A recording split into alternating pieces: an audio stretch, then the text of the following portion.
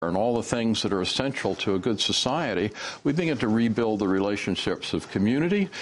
People begin to find satisfaction in their jobs because they're really producing goods and services that help their neighbors, and they feel like they're contributing to their community. Now, you know, the amount of adjustment that we have to make in order for all this to happen is huge, and that cannot be downplayed. We've been working 50 years to create this monstrosity of an economy that runs on a fossil fuel subsidy that's being withdrawn, and that is based on this premise that if we just make more money out of nothing, we are more prosperous. So this is kind of a wake-up call. We've been living in a trance. David Korten, Inauguration Day. Wall Street experienced one of its greatest dives down. Very interesting. Yeah. As one said, Wall Street jeered while Washington cheered. As the world cheered. As the world cheered. You had, by the closing bell, the Dow Jones Industrial Average down 322 points, below 8,000. S&P 500 index dropped 45 points, more than 5%. It rarely goes below 1%. How is the Dow Jones related to real life?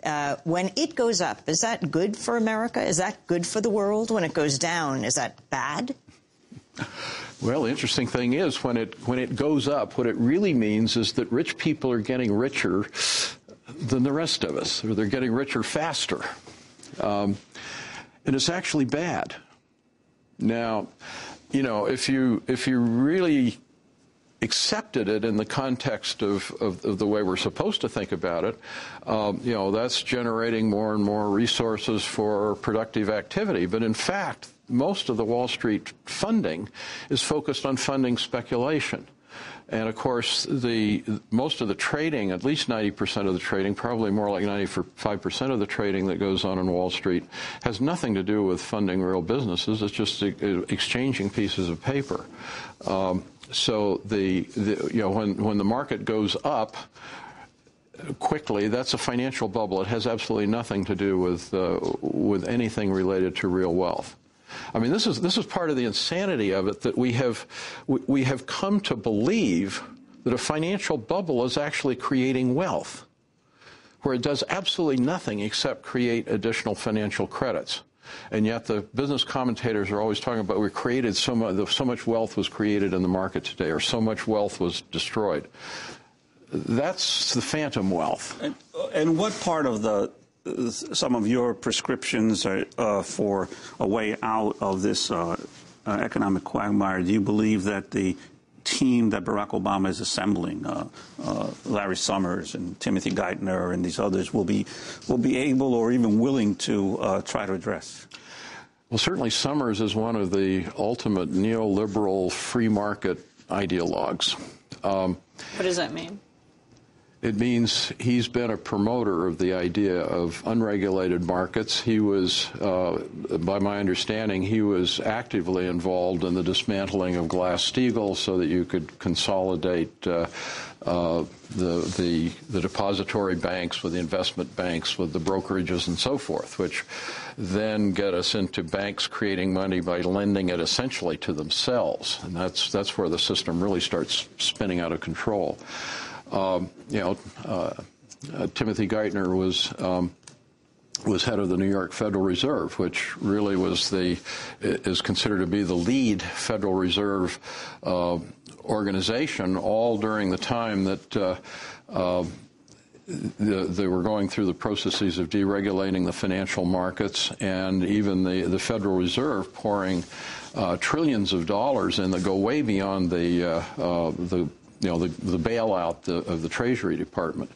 So it's hard for me to see that these folks have a framework consistent with where we need to move, and that they have a recognition that Wall Street as we know it basically needs to be allowed to fail.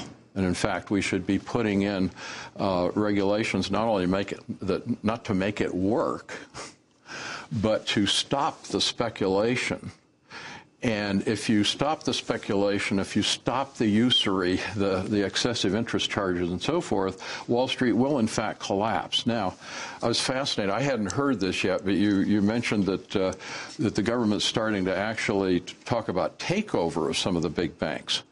Now that, if they do it right, is potentially a right step. Krugman has said nationalize the banks. Yeah. Now, my sense of what we really need to do is nationalize the depository banks, let the hedge funds and private equity funds fail, but not with the idea that the government will permanently run the banking system as nationalized banks, but that they go through a transition of spinning those banks off into community banks, in a sense restoring the unitary banking system that we had some decades ago, where the banks were organized and functioned as local financial institutions where people could deposit their savings and the banks could make loans to people that were buying a house or running a business, which is the way the system should be structured. Now, the other piece that we need to deal with is the whole question of how we create money, which is not very much publicly discussed, but moving from the current system where we essentially rely on banks to create money by lending it into existence, which creates all kinds of financial instability.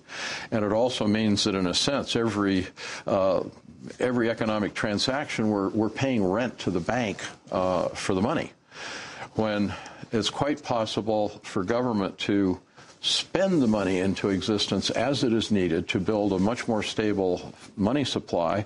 And that means that that lowers taxes.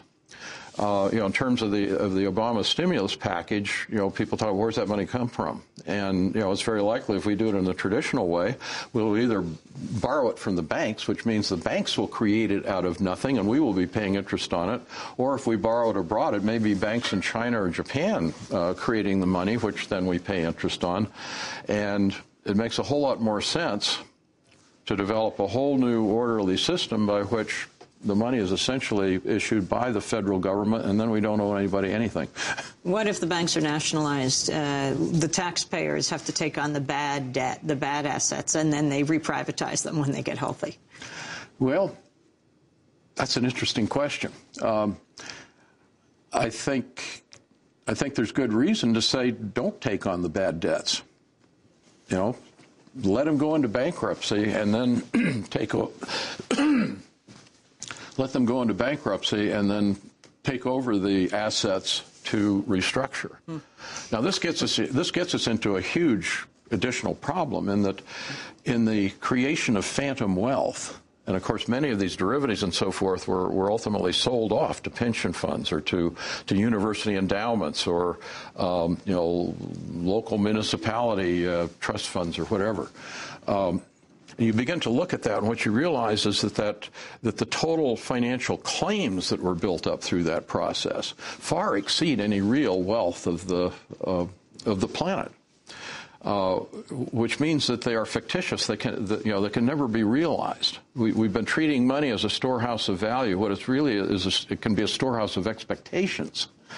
But those of us who have, we may have comfortable retirement accounts, it's not clear how we're going to be able to redeem that, because there's not enough wealth in the society, of real wealth, of real people doing real things to maintain us at the level of our expectations. So all of this needs to be reworked out in this process of restructuring the financial system. It's not going to be easy or comfortable. Because when you talk about letting some of these big institutions go bankrupt, as you say, you're talking about pension funds of labor unions, government investments as well, universities. Yes. Everybody got involved in getting into the markets, and now everyone, to one degree or another, will pay from the unraveling of these markets. Yeah, and part of the really insidious nature of it is the way the money managers are running the system.